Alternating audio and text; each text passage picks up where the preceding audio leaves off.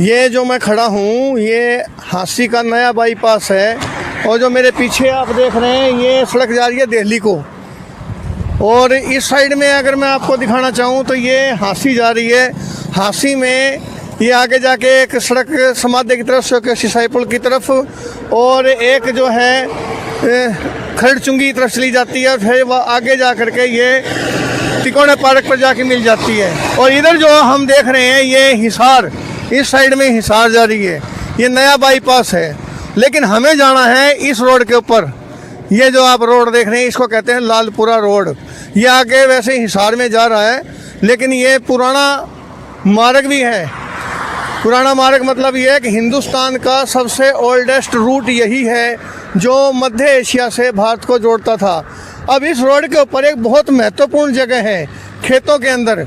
आज मैं आपको वो दिखाने के लिए जा रहा हूँ, तो इस वीडियो को आप लास्ट तक देखते रहना कि वो महत्वपूर्ण जगह ऐसी कौन सी है जो आज तक इतिहासकारों से छुपी हुई रही है।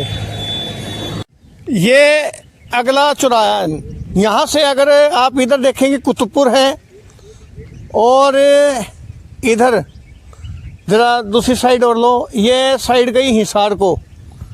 ये जो सड़क है नहर के साथ साथ हिसार। और ये जो जगह है ये है लालपुरा। लालपुरे के पास खेतों में जाना है अब हमारे को। और जो हम इधर भी एक बार दिखा दो, ये हांसी की तरफ जा रही है सड़क। ये यहाँ से ये हांसी गई। तो मैं थोड़ा सा इस सड़क के बारे में एक बार फिर बताता हूँ। ये हिंदुस्तान के सबसे प्राचीन मार्ग है जो मध्य एशिया से जोड़ता था। ये बाकी बाईपास बाद के निकले हुए अंग्रेज़ों के ज़माने से। पुराना रास्ता यही था कि जब इधर से ही हो करके लोग आते थे जाते थे। थोड़ा सा जो रूट पता लगा है वो ये गजनी से मुल्तान, मुल्तान से सिरसा, सिरसा से अग्रवा, अग्रोदक, अग्रवा से हांसी, हांसी से महम, महम के बाद रोहतक, रोहतक के बाद दिल्ली, दिल्ली के बाद मथुरा, मथुरा के बाद पटना और आगे जहाँ भी जाना है। ये सबसे पुराना रास्ता था। इसी प्रकार श्रीनगर से लेकर के जो नीचे दक्षिण तक रास्ता जाता था उन दोनों इन रास्तों का संगम हांसी के पास होता था। यही कारण है कि जिस जगह मैं लेकर के जा रहा हूँ ये बहुत ही ऐतिहासिक महत्व का स्थान है जो अभी तक फिर बता रहा हूँ इतिहासकारों से छुपा हुआ रहा है। तो अब अगला पड़ाव उसी स्थान पर।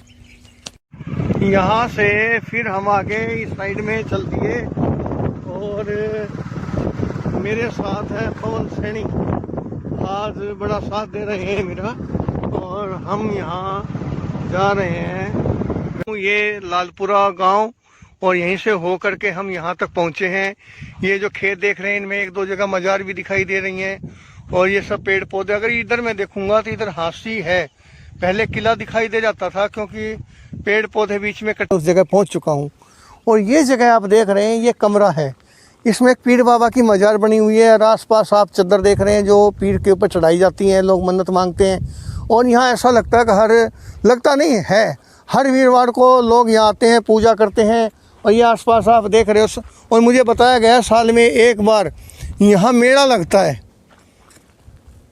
अब ये कौन है पीर बाबा, इनका क्या इतिहास है, किसी भी गांव वाले से आप यहाँ पूछोगे वो नहीं बता पाएंगे।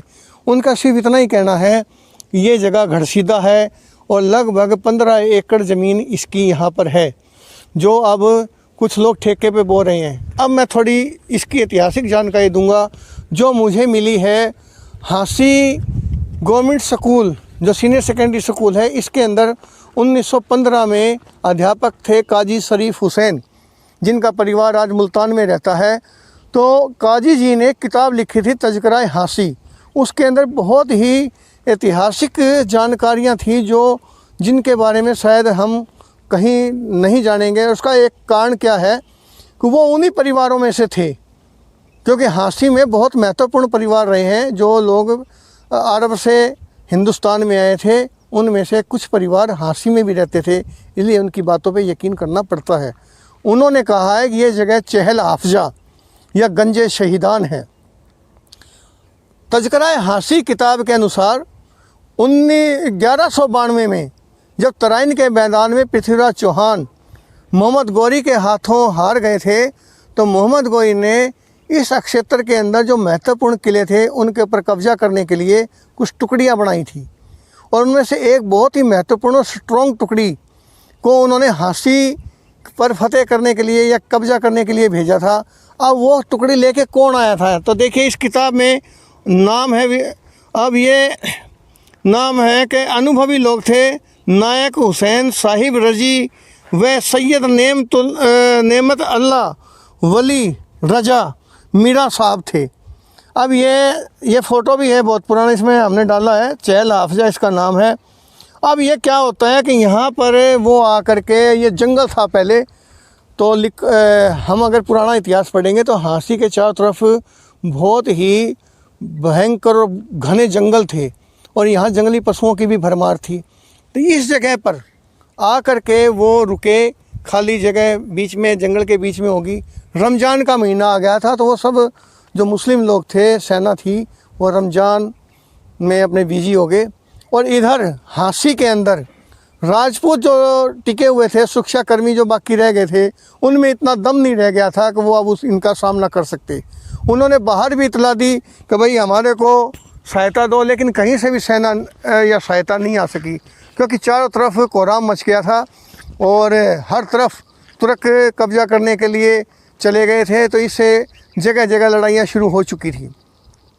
तो यहाँ उन्होंने एक काम किया, क्या कि उन्होंने अपने कुछ लोगों को यहाँ भेजा जो मुखिया लोग थे, और उन्होंने यहाँ इस टुकड़ी के मुखियाओं से बात की कि भाई आपको हांसी चाहिए, आप खून खराबा मत करना, आप अपना रमज़ान मनाइए, आराम से आप अपना काम कीजिए, बाद में हांसी हम आपको सौंप देंगे। तो इससे जो ये टुकड़ी थी ये लापरवाह हो गई, और लापरवाह हो गई, ये बड़े आराम से अपने रमज़ान मनाने लग गए।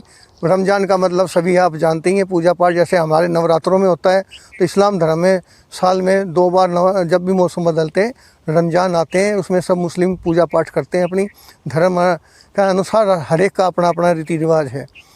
तो वो जब यहाँ पूजा पाठ में लगे थे, तो इस दौरान उन्होंने क्या किया, वो ऊपर से तो भेंट लाते हर रोज़ थाल भर भर के, और यहाँ उनको बड़ा उनके साथ प्यार दिखा रहे थे, लेकिन नीचे नीचे उन्होंने एक सुरंग खोद दी, और सुरंग खोद करके जब ईद मना रहे थे आखिरी रमज़ान में, ईद के दिन जब वो पूजा पाठ में बिजी थे, मतलब नमाज पढ़ रहे थे, तो उन्होंने बाहर निकल के उन राजपूतों ने उस सुरंग से, और इस जगह के ऊपर उन हज़ारों जो इस्लाम के धर्म के मानने वाले थे तुर्क सैनिक, उनको गाजर मूली की तरह से काट डाला, और इस कैमन ने, उनके जो मुखिया थे वो घायल हो गए।